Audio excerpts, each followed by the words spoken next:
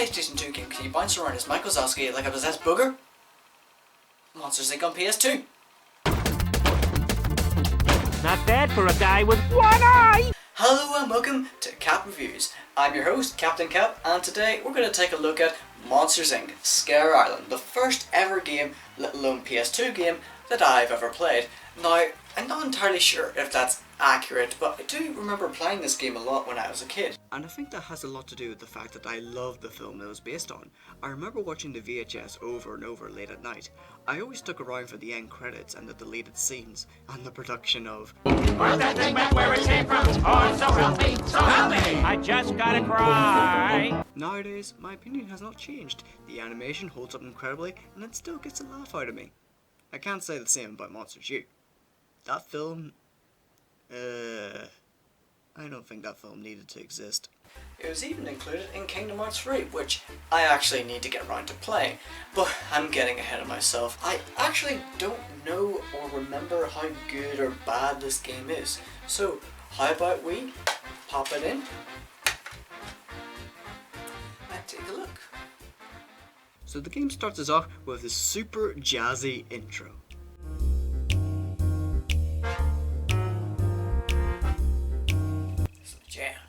Now let's go ahead and select a new game, and away we go. The preface of the game is that Mike and Sally have been transferred to Scare Island for scare training. So automatically, this game actually qualifies as a prequel. I can get down with that. But before we do anything else, of course, we have to go through a tutorial, hosted by Ross, which is hilarious because even though the text is supposed to be informative and comforting, her delivery is always condescending and sarcastic. It's hilarious. Great, you made it. After we're put through our paces, I think this gives me a good opportunity to talk about the controls. For both characters, they're both tight and responsive. It's very basic as well. You jump, double jump, and attack. The bare essentials. And it does it very well. Even though Mike and Sully have the same control style, they both have very distinct weights and movement speeds in the controls. They also have unique scare animations. They're not actually scary, but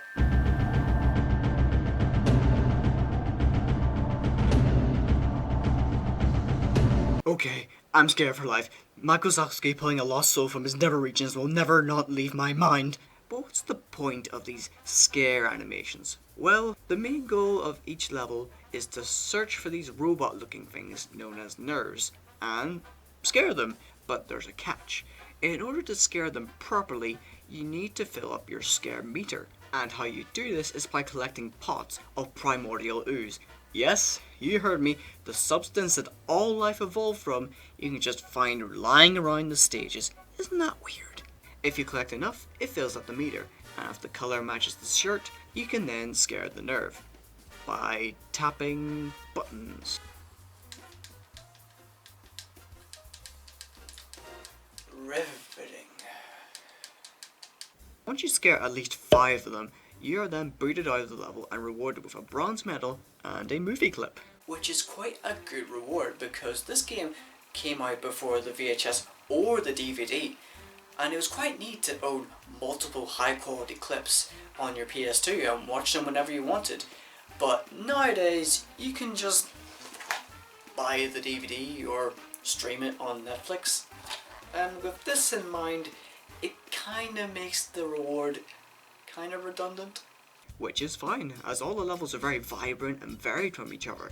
They have very distinct themes and platforming challenges, all topped off with an excellent soundtrack. Honestly, I would have to say that the soundtrack is probably the best part of this game. They all fit their stages perfectly and carry over the jazzy motifs from the film.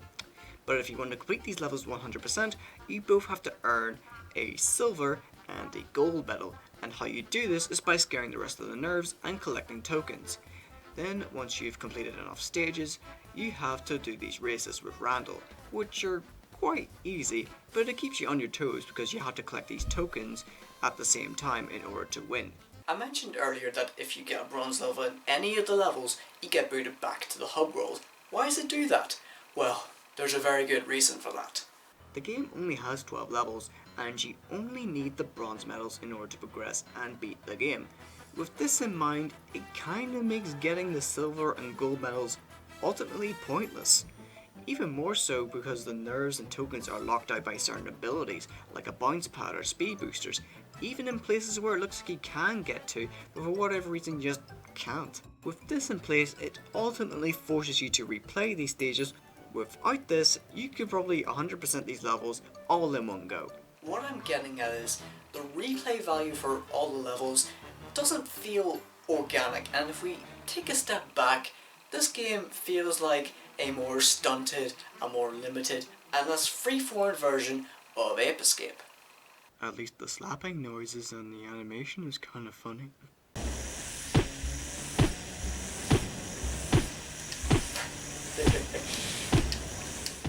My life is complete. And so, that ends my review of Monsters Inc. Scare Island. Now, it was incredibly nostalgic for me to go back to this game, but that doesn't change the fact that it is just an incredibly average 3D platformer collectathon. But playing this game has reminded me of another Pixar game I used to play as a kid. I have a feeling my next review will be incredible.